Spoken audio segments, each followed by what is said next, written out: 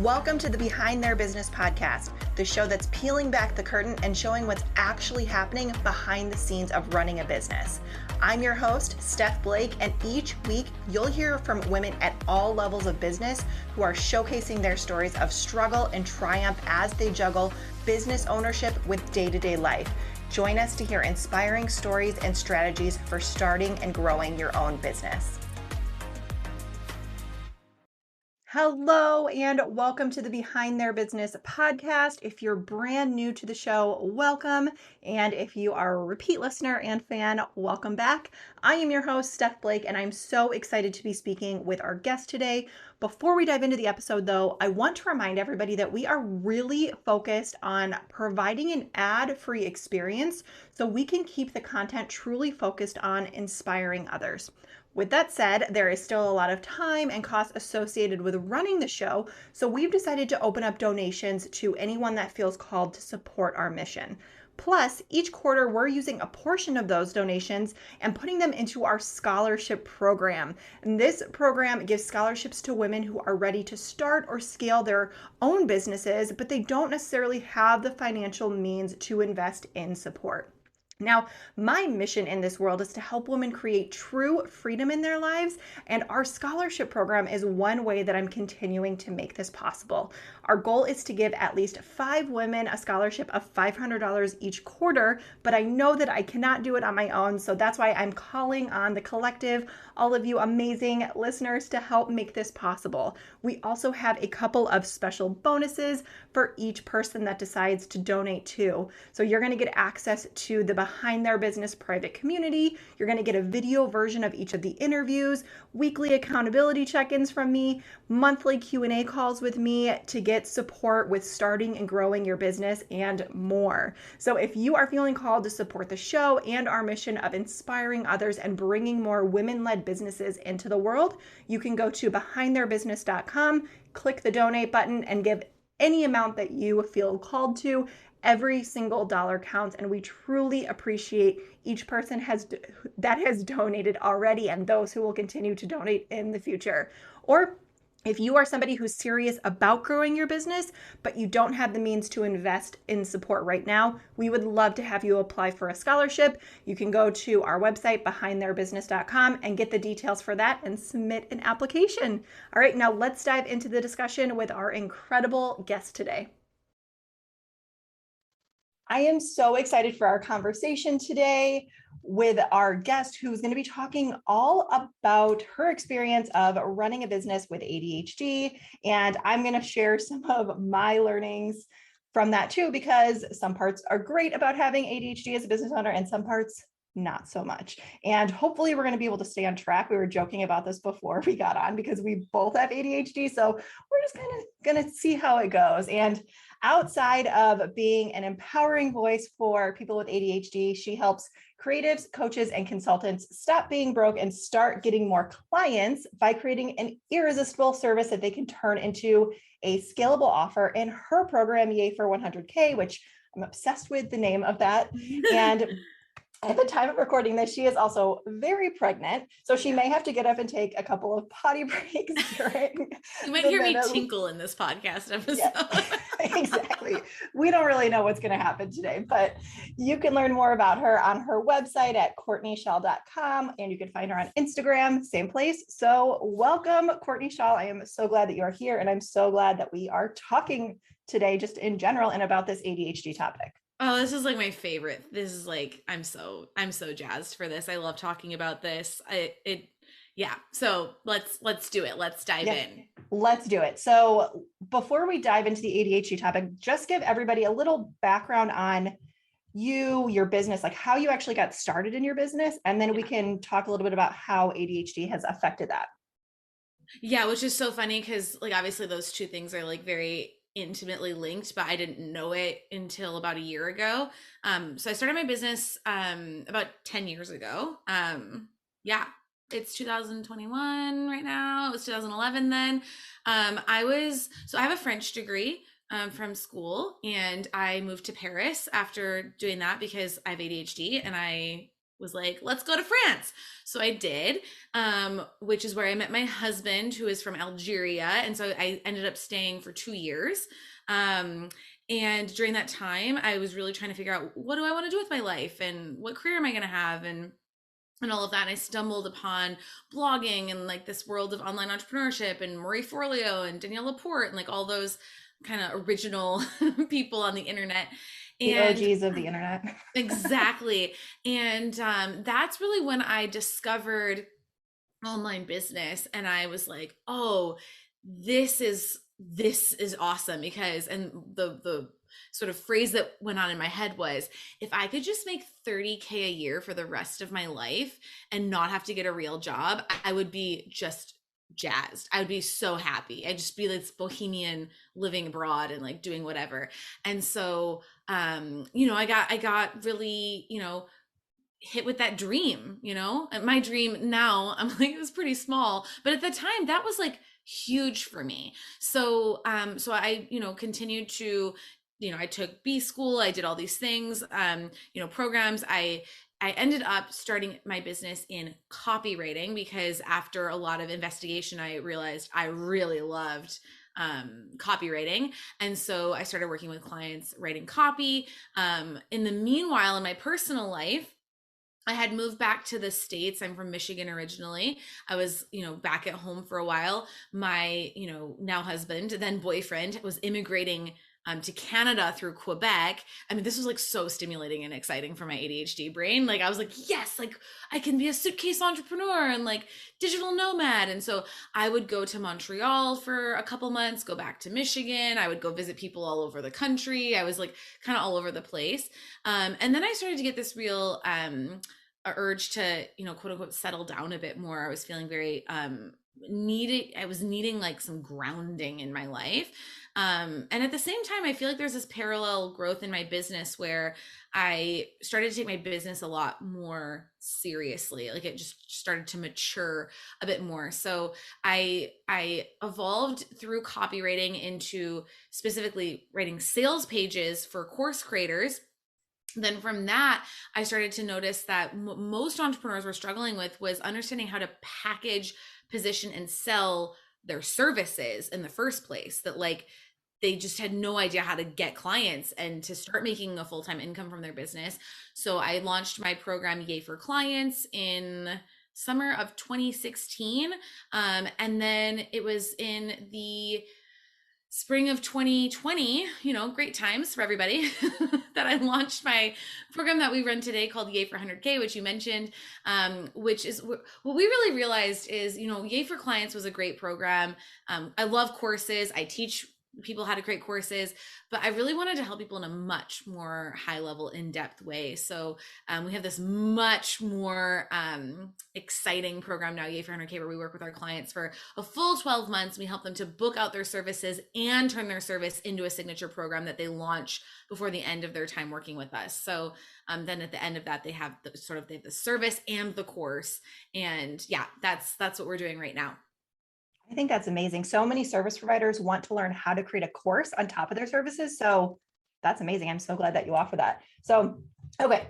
Love that.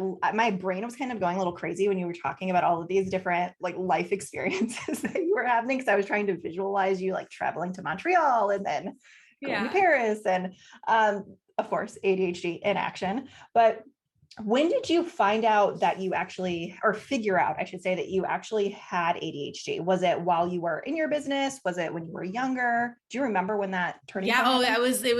It was July of 2020. So about a year ago, a little more. So in retrospect, it's very obvious. I mean, I don't know how somebody didn't go, hey, you have ADHD. We can all see it, because it's just nobody does that, right? I mean, until you just stumble on a podcast like this, and I can't tell you how many, because I've done podcast episodes on my own podcast about ADHD. I cannot tell you, dozens of people have gotten diagnosed because I shared that I have ADHD. and I don't know what to make of that. It baffles me. But I think we just don't have, I think it's happening now. This conversation is evidence of just that, but there just wasn't a conversation that this was even a thing. It was never was on my radar. So what happened was last summer, I hit a breaking point. And I really think the pandemic and the restrictions and the lockdowns and the lack of stimulation and all of that, I think it pushed my symptoms over the edge to the point where I I couldn't do all my little like circus tricks to manage it anymore that I, adapted to in my life. And I really was getting to this point of wondering, what is wrong with me? Like I was forgetting everything. I was dropping so many balls in my business. I was, I had this assumption when I hit my 30s that I would suddenly get better at being an adult, but I was getting worse at being an adult. Like things I thought, like, I'll get better at like doing dishes and laundry and remembering things, being organized and like having a calendar, like that will come with maturity. It was getting harder. It was getting worse.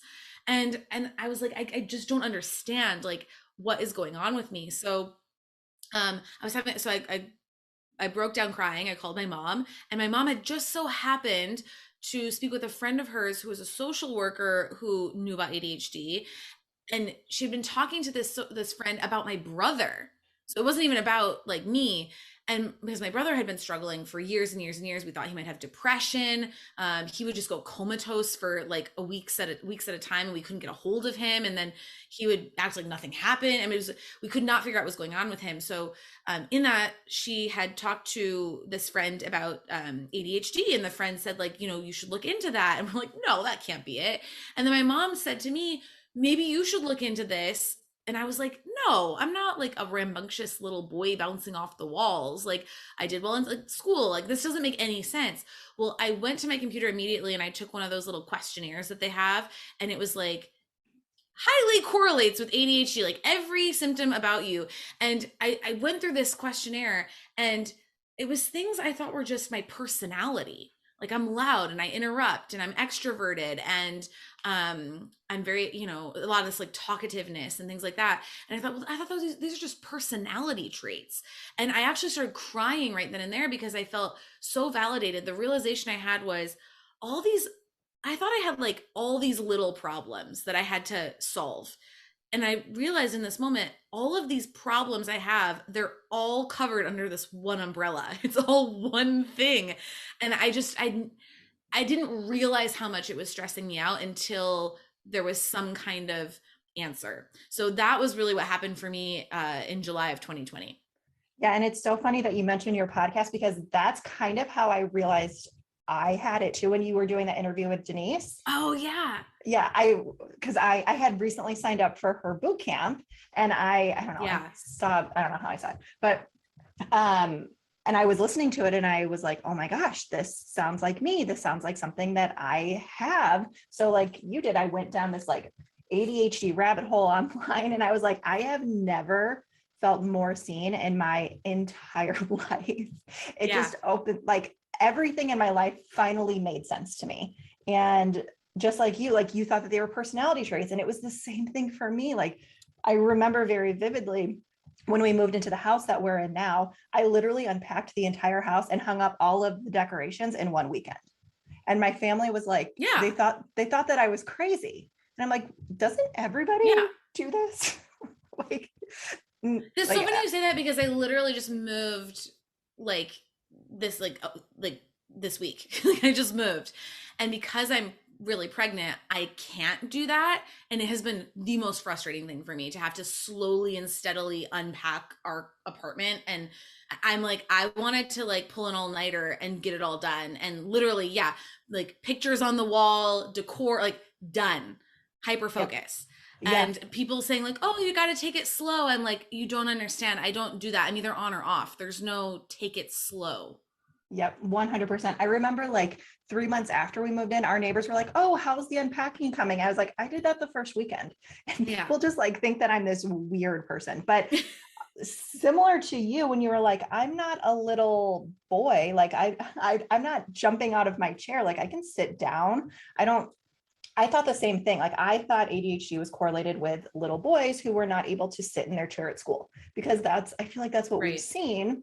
But the flip side of that, well, first of all, I think there's a spectrum. Like there's obviously more advanced cases than others, but also the hyperfocus thing. I want to talk about that a little bit because that's not something that I realized either until I started thinking back personally about like the different things that I have done in my life, like unpacking an entire 3-4 bedroom house in a weekend.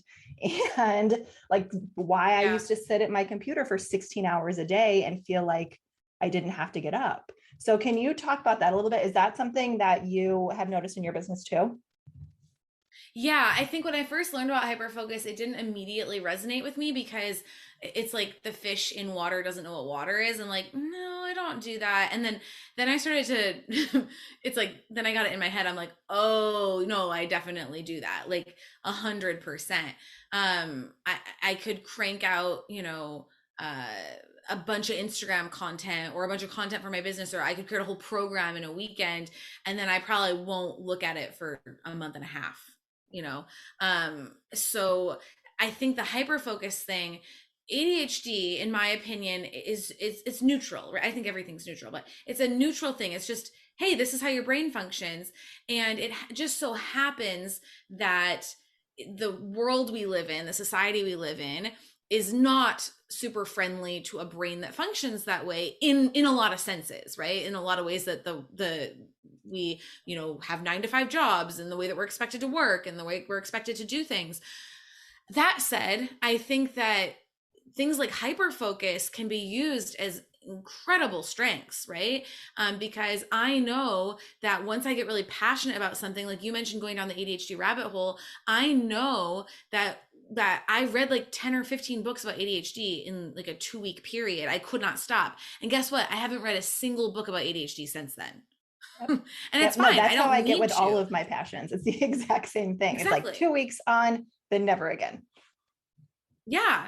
And what it allowed me to do was to finally let go of this criticism I was giving myself, this like expectation I had on myself to do things how society told me to do them, to keep my house tidy in a certain way, to do my laundry in a certain way. And it really, for me, I chose to view it as just a big permission slip for me to just function the way that I function.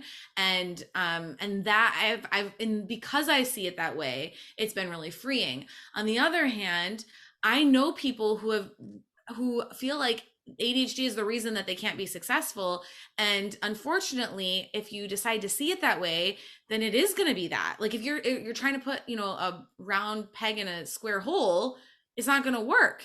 Or the opposite, square peg and round hole is not going to work, right?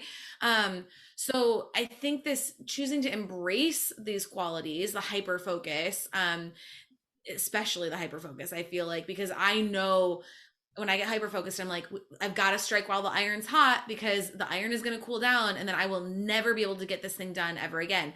I have a closet right now in the room that I'm in my office that is going to be my closet for my clothes. And the baseboards have to go on in the closet. And I know that if this doesn't get done this weekend, it will never happen. Mhm. So I'm like, the whole closet has to be built this weekend or it will never happen. It's not this thing like, oh, we'll do it in a month. We'll do it after the baby comes. It's like, no, we won't. It needs to happen now or it's never going to happen. I'm laughing right now because I know this. Oh my gosh, I know this so well. And especially before we had my son, like I had the entire nursery done when I was like 24 weeks because I'm like, if I don't do it now, it's Yeah. never going to happen. And he didn't even go into that nursery Yeah. until he was like 7 months old. So it was like done for a year Yeah. before we even used it. But like you said, if you don't do it now, it's literally never getting done. And I Yeah, think and you not. could have just spent that time like being like, well, we don't need it. It's silly. Like, why am I doing this? Like, it doesn't make sense. But that's judging how you work best. When you knew I'm going to be the most efficient right now because I'm hyper focused on getting this done. Mhm. Yeah, absolutely. It's also not just the hyper focus, but also about the times in the day too. I don't know if that is something that you struggle with, but like Hmm. morning and like whenever I wake up, like 6:30 until 2 o'clock is my best time of day to work. And I am in hyper focus mode during that time. After that, I am useless to the world. Like I am going to be watching TV. I'm going Yeah. to be doing something with my son. Like I can't do anything else. So do you notice that it shows up in your day to day like that too? Yeah, I wish I was as clear on that as your sort of timeline, but I think I might have something similar to that. So I know that I need really spacious mornings, and I normally wake up around like 7:30. So I need like I need like 3 hours in the morning to, and it's not because I need to wake up. It's not like I'm cranky in the morning. It's like I need my time for to allow my brain to like do its thing without telling it to do something. And so it gives me that time to, I personally really enjoy journaling and reading, and like I kind of let myself fall down rabbit holes of like, oh, I'm reading about this topic, and like that's my time to do that. So I normally don't take any meetings until 10 or later, because then I can get into the workday. I think I'm probably best late morning.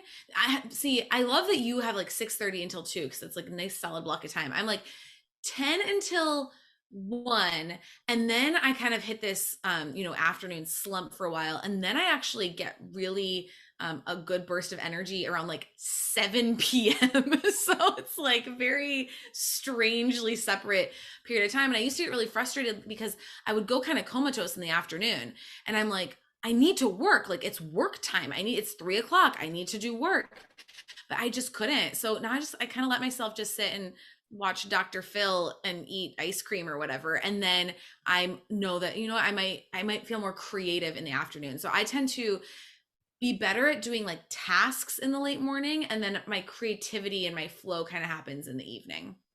That's so interesting how everybody's so different in that regard. And it'll be even more interesting to see how that changes once you have a baby in the mix too. Yeah, So have you right. thought about that at all? Yeah, that oh yeah, and it's so hard because I have no control over it, and it's like, what am I gonna like? There, there's nothing for me to really do with it right now. So I think the best thing for me right now is just preparing for the fact that I won't have control over it. And I was talking to my mom about this because my mom also has ADHD, and this has been fun for us over the last years, like looking back on my entire life, her entire life, like things we used to do as a family, because we are pretty sure both my brothers. Oh, by the way, that brother I talked about, he definitely has ADHD. ADHD medication is the thing that like changed his entire life. His is much more severe than mine because he had a lot of concussions from playing hockey, and so it was absolutely game changing for him. I digress. I was talking to my mom about the baby thing, and I was like, the hardest thing for me is that because I have ADHD, logistics are really hard for me, and timelines are really hard for me, and having multiple different variables that it's like an XY spectrum, but like both the X and Y variables could go either way. It's like nothing is known, right? And so I'm kind of trying to prepare for multiple different situations, but I think where I've had to land is trying to get away from, I hope this makes sense, but getting away from black or white thinking of like, I'm 100% not working, or I'm 100% am working, or like, I'm going to have this schedule, or I'm not going to have this schedule, is kind of playing with, all right, maybe there's small pieces of work that I'm going to do during my maternity leave just to keep my brain active, but I don't know exactly how I'm going to do that work, or like how that's going to show up. I also know that, and much better than me, but I know with a newborn, I don't have a lot of control over their schedule. And then after that, their schedule changes a lot over time. So I know that's something I'm going to have to adapt to. So I'm kind of just going in open ended with like, I know this might be really hard for me. I know it might be stressful. I know it also, the silver lining is, and I've had friends who have ADHD and had kids tell me this, is like, it's new with babies all the time, which is very stimulating for your dopamine. Is like, oh, it's constantly changing. Like we like that. So it's that kind of paradox with ADHD of like, we need structure, but we hate it. And also like we need constant stimulation, but it can create a lot of chaos. So I don't have a clear plan, but I'm making peace with all those variables, if that makes sense. Yeah, absolutely. And I think that's as somebody who's been there, my son's 2.5, almost 2.5 now. So Yeah.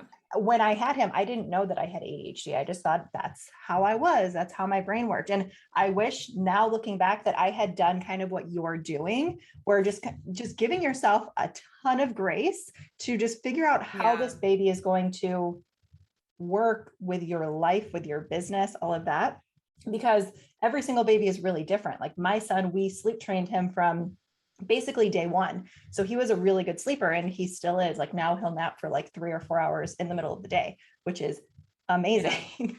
But other babies, they're colicky and they're screaming 23 hours out of the day. So it's like you also really don't know until that baby comes. So the more white space that you can give yourself, the better. Yes.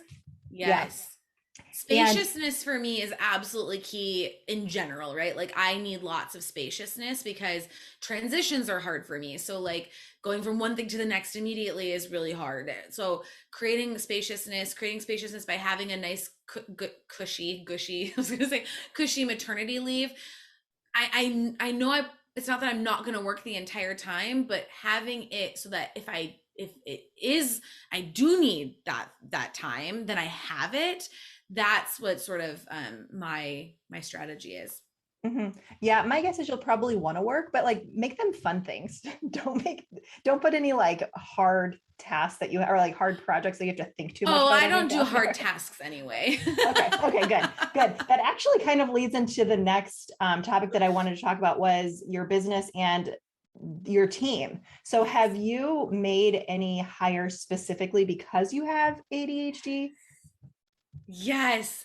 I love this. This is perfect transition because okay, I found out I was pregnant at the very end of January. And literally, it was a Friday, and my new operations manager, started the following Monday, February 1st. Like the timing was hilarious. Oh my gosh, So that's I perfect. was hiring the operations manager because I knew I needed someone to run my business. Because of my ADHD, because I need to be the visionary, I need to be in my strengths, I need to be focused on content creation and coaching and the things that I'm really good at. So I'd already hired full time. She's my first full time employee, operations manager.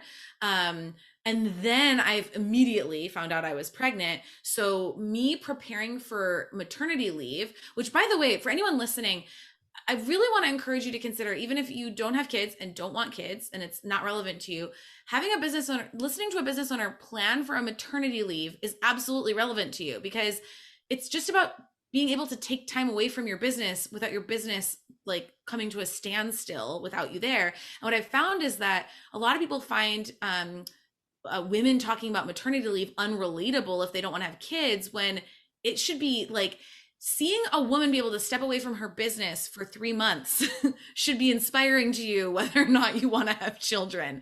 Yeah, and So call it a we spent the sabbatical. entire Like, don't call it maternity, yeah, call call it a it a sabbatical. vacation, call it doing nothing, Right. call it just creating a streamlined business, right? Being pregnant has given me a fixed deadline, so it's been very motivating for that, right? Because there's like I have to do it. So that's really helpful. A sabbatical, plan the sabbatical, buy a plane ticket, like do something to put skin in the game on that. But what it's helped me to do is spend this entire year preparing my business for me not to be required. And I would say at this point, I'm about 80% removed from the business. So there's still about 20% that really needs me. I still am very involved in our coaching, although we do have an awesome coaching team inside the program. I'm still very involved in coaching. I'm still very involved in marketing and sales. And so I'm not 100% involved in those things, but I am still necessary to a degree. And so during my maternity leave, I will be touching base on those areas of the business to my comfort level. But we have spent the year, the operations manager, she has taken on everything HR, everything finance, everything systems. She does all our admin and tech work. I just have to say it's so amazing because I've worked with online business managers in the past, people who have their own business but they manage your business, all of that, and there's a time and a place for all those things. Having a full-time employee who is literally dedicated to your business, it is amazing how much they can take on and get done, versus somebody coming in like who's not 100% dedicated. So that has really helped me to be able to slowly, again, this started in February and I'm going on maternity leave October 1st. So we've taken that number of months to get to a point where I can really let go of the reins. Yeah, I love that. And I completely agree with everything that you said, especially the full-time team member. I'm not at that point yet. I'm getting close to it. And I'm so excited for the day that I could bring an operations manager on, because that's going to be my first hire too. Because I'm just at the point where I'm Yeah. like, I just want somebody else to run it for me. Like I will show up and do the things that I need to be doing, but I don't want to do it all anymore. I'm I'm over it. Yeah. I have part-time team members who are helping me now, but once I get that full-time person, oh, cannot wait for it. I'm so excited for that. Um, Oh, it's so wonderful. I can't even explain. I know I've heard from a lot of other people that it's the best decision that they've ever made. Yeah. Um, I also want to know, does your husband have ADHD too? Okay, so this is really interesting because we don't know. So he has some other things going on. I won't like divulge his medical Yeah, no, don't. situations Please without don't his do that. permission, Please don't but do that. he was going to a naturopath who specialized in kind of like brain stuff, which is really cool. And I actually would love to do this in the future.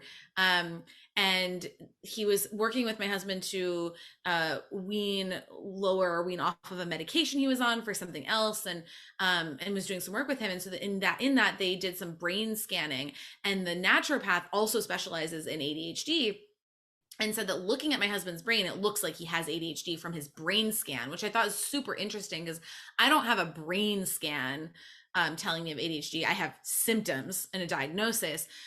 We think that my hypothesis is that he was not born with ADHD, but that he had a brain injury as a very young child, and that there is some that damage in his brain has created ADHD like symptoms, because he doesn't have like some of the classic hallmarks of ADHD, but he definitely has.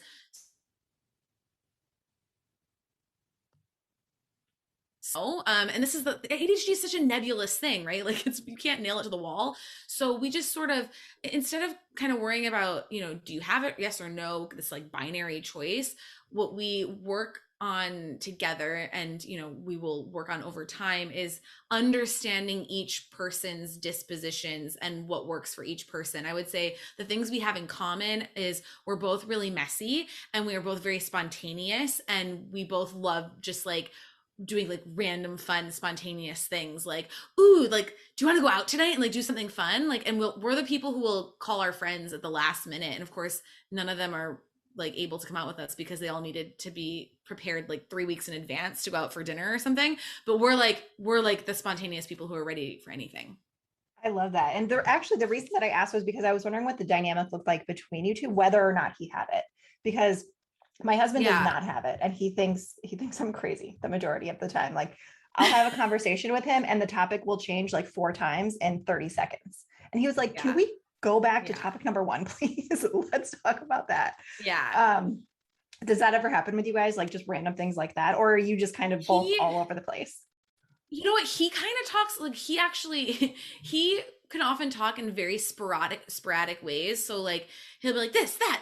And I'm like, whoa, babe, slow down. Like I'm like it's like really. It's not all the time, but sometimes it happens. He like gets excited. So actually, it's funny because like I feel like he does that more. And then on the other side of things, though, he is very detail oriented, very planned, very like when I say planned, that's probably not the right word because he's really not good at planning. I'm actually better at planning. He's very like he's the kind of person, he'll be like, oh, I need to run these very specific errands tomorrow, and he will run those errands tomorrow and there's no issue, whereas like I'm like, oh, I need to do laundry, and like 3 weeks later I still haven't done laundry. So like I don't he's like very he doesn't have that trouble like getting started. He like if he needs to do something, he does it and he gets it done, and I find that incredible. I like don't understand how anybody does that. And one of the reasons I got diagnosed with ADHD was because he was working from home during the pandemic, and I'd been working for myself for 10 years. I had basically never worked around someone else. And I saw how he would just like sit at his desk all day and just work, and he's an engineer, and he would just work and do this like really hard brain stuff, and he would just sit there and get it done. I couldn't believe it. I was like, Yeah, is this how people work? Because I will sit for 20 minutes and then I'll get up and do something else. I could not believe how diligent he was about his work. And so that actually made me wonder what was wrong with me. yeah, it's so funny because I'm like your husband in that regard. Like I can sit at my computer and work for hours. Like I'll look up at Yeah. the clock and I'll realize that like 4 hours had passed and I have not moved. I'm like, okay, well, this is not healthy. This is not Yeah. good. I'm like, babe, take a break. Like, eat some Yeah. lunch. Yeah. No, I completely resonate with that. That's where that hyper focus comes in, where you just literally tune out the rest of the world, which good and bad, Yeah, I guess. that's true. So I want to talk about medication just for a second, because I'm sure people are going to be wondering Yeah. about it. If Totally. it's something you're comfortable talking about, of course, like you don't have to talk about it if you don't want to, but um, Oh, absolutely. I'm an open book. okay, great. So do you take medication for your ADHD or have you chosen not to take any? Yeah, this is a great question just because I am pregnant, so there's some a lot like a little bit more to it. Oh, that's I very did true. Yeah. start medication. Yeah, I started medication um I can't even remember when, but it was like last fall. You know, the people ask me a lot about the getting diagnosed process, and that is different everywhere, and I'm not an expert. What I can tell you is like here in Canada how it worked was I had to get in touch with my family doctor, and then they gave me the same like assessment that I gave myself, and then based on that he referred me to a specialist. That then those wait lists get really long. I was fortunate; it only took about a month, but some people I've seen like the same place now has a year-long wait list. Um, and then I had a call with them. They basically told me on the spot, they were like, "You definitely have ADHD. Like, there's no question about it." Very validating. The only reason I needed the two reasons I wanted to get diagnosed, one is I personally wanted that validation. I was raised by scientists, and I just needed a scientist to tell me that this was like this was happening. um I The second reason was I wanted the option for medication. So the specialist then referred back to my family doctor what they recommended as the medication, and then my family doctor called me to make an appointment, and then I had to like have a heart test to make sure my heart was like, so it was like all these steps. I finally got the prescription um end of September, actually, now I remember. So from July to September, that's what was going on. And then I the medication I used for a few months. With pregnancy, it is not recommended to take stimulants. Um, there is very little research on this. With pregnancy in general, there's very little research on things because they can't do double blind studies on pregnant women and randomly assign pregnant women to do things that could be dangerous to their baby. So there's a lot of things in pregnancy that don't have solid scientific research. And the only research they have on stimulants is on street cocaine use, and obviously, which is like not regulated, and like way higher doses of stimulants, right? My medication is not cocaine. So There's a so little they bit of a difference there. a little bit, yeah. And I mean, like caffeine's a stimulant, right? So it's just it baffles me, and it has been a very frustrating process. But I made this personal decision. There are pregnant people who decide to continue taking medication, and I think that's a personal choice. A lot of doctors will not allow it. They will not prescribe it. They will not give it to you. It really depends on who you talk to. We were in the place that when we were trying to conceive, that even during that 2 week wait, I didn't take my medication. So there were several months where it was like I took it for 2 weeks. I didn't take it for 2 weeks. The irony of that being, I told you I'm an open book because I want to share all this because I feel like Yeah. not only does the medication thing need to be talked about, but like women's health and cycles don't get talked about like enough. So, and it all relates, right? Your hormones affect it. Ironically, like it's the second 2 weeks of your cycle where your ADHD symptoms often get worse. So like I needed it more during that time, but I couldn't take it. And then the second I found out I was pregnant, I haven't taken my medication since then. So I've had at this point more than 8 months of not taking it. I kind of forgot it exists. I'm excited for the opportunity to use it again in the future. I found it helpful, definitely. I also know that I spent 32 years of my life functioning without medication, and that while it was helpful and while I did have issues and while ADHD is disruptive in my life, that I know I do have strategies for managing it. The last thing I want to say though is that I had a really, really hard time in the first half of my pregnancy with my ADHD symptoms. There was also a lot of pandemic stuff going on, so it could have been that as well. But I was really, really, really struggling. And again, not a lot of research on the, pregnancy and hormones and ADHD and like all of that. So that's been my personal experience. Other people have very different experiences. Some people pregnancy, their ADHD symptoms like are less. Mine were worse. And I will say at this point, I feel pretty leveled out, and that could be hormones too. That could be maybe my symptoms are lower now because of my hormones. I don't know. It's like sometimes it's hard to tell because it's all these like slight changes over time.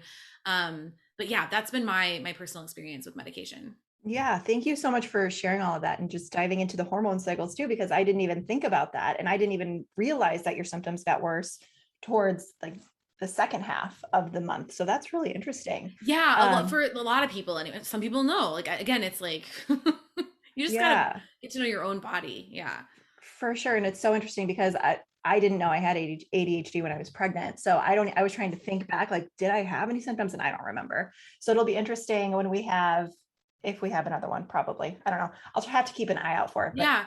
Yeah. Yeah. For me, it was like the brain fog. It was like, I called my doctor because I was like, can I please just take a small dose? And my doctor he was like, absolutely not. He was very like, and I actually do have like a stock of my medication and I decided not to. That was a personal choice on my part. But, I was like,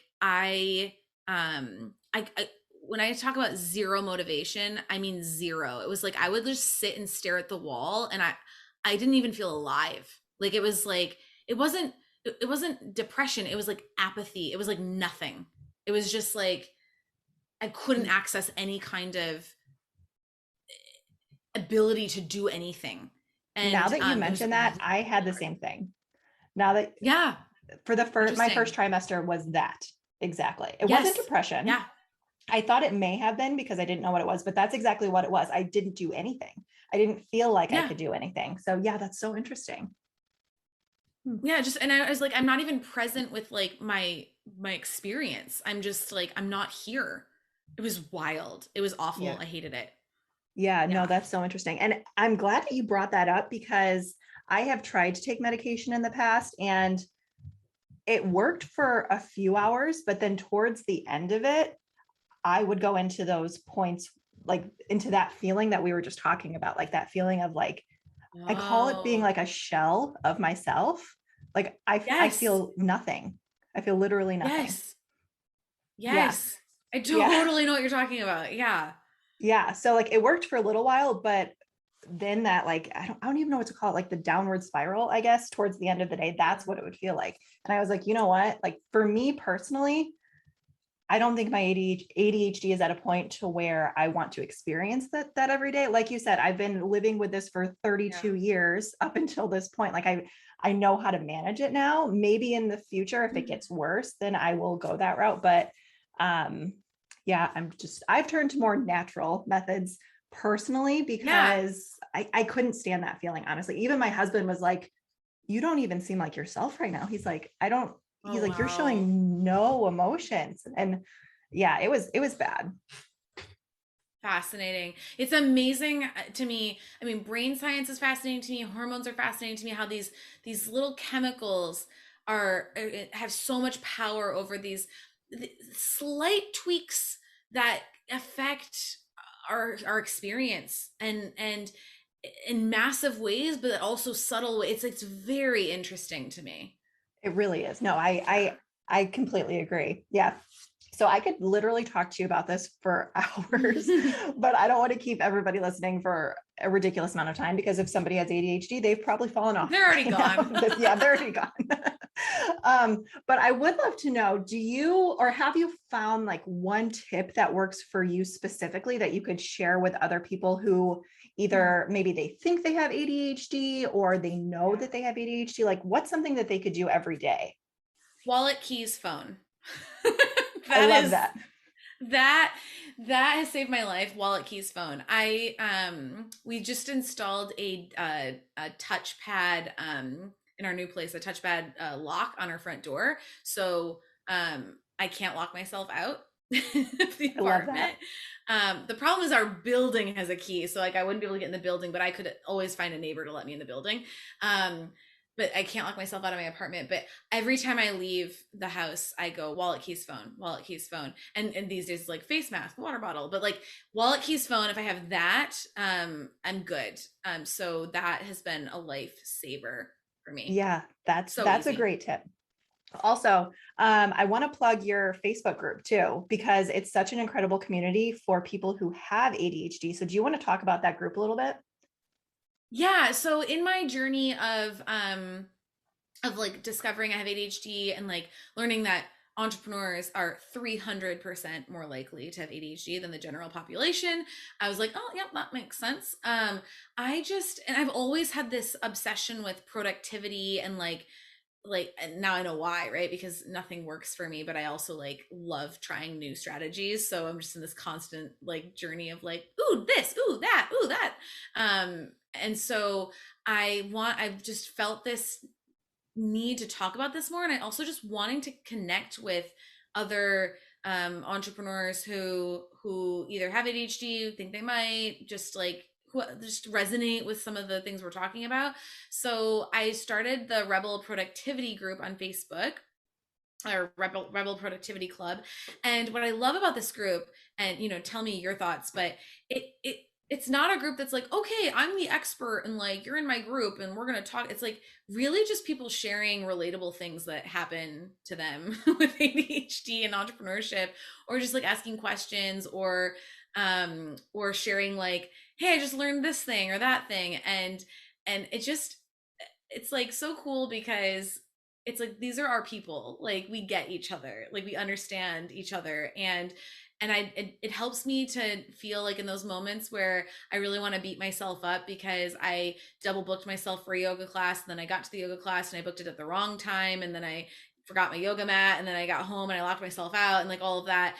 I can just go post in the group and be like, hey, just did this, and everyone's like, yep, done that before, instead of making me feel like I need to get my act together. So yeah, if you just search Rebel Productivity Club on Facebook, or I think it's facebook.com/group/Rebel Productivity or something like that. I should know. But ADHD, I do not know the link. You'll find it. You'll find us. I'll put it in And the show everyone's notes welcome too. to join. Yeah. I'll put the link in the show notes. Awesome. Everyone's welcome to join. And yeah, it's just I don't know. It's nice to have a community that's not like people pitching. There's no goal. There's no like, I don't have an agenda in there except for us Yes. to just hang out and share.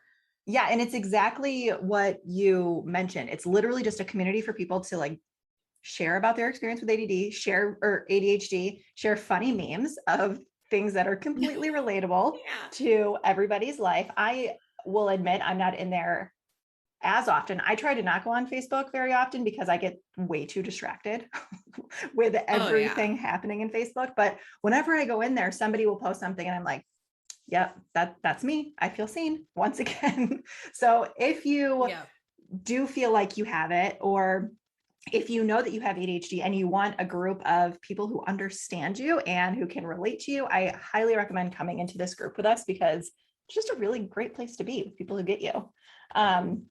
So yeah, that is amazing. I'm so glad that we talked about that.